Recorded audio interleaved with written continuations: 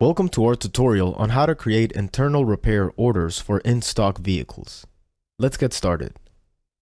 Begin by navigating to the New Service Repair Order screen. Use the Vehicle Inventory lookup to select the vehicle you wish to work on. Once the vehicle is selected, the account will auto-populate and the pricing strategy will be set to internal automatically. Click Save to proceed.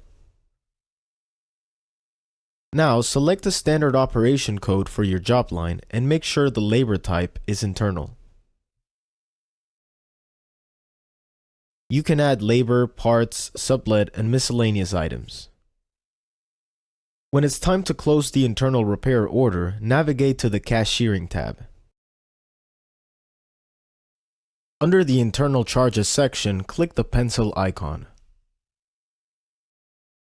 This allows you to specify which general ledger account to charge.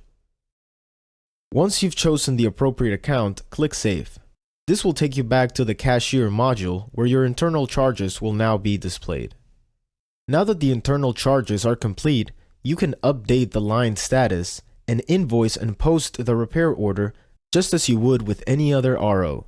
And that's it, you've successfully created and cashiered an internal repair order for an in-stock vehicle. Thanks for watching.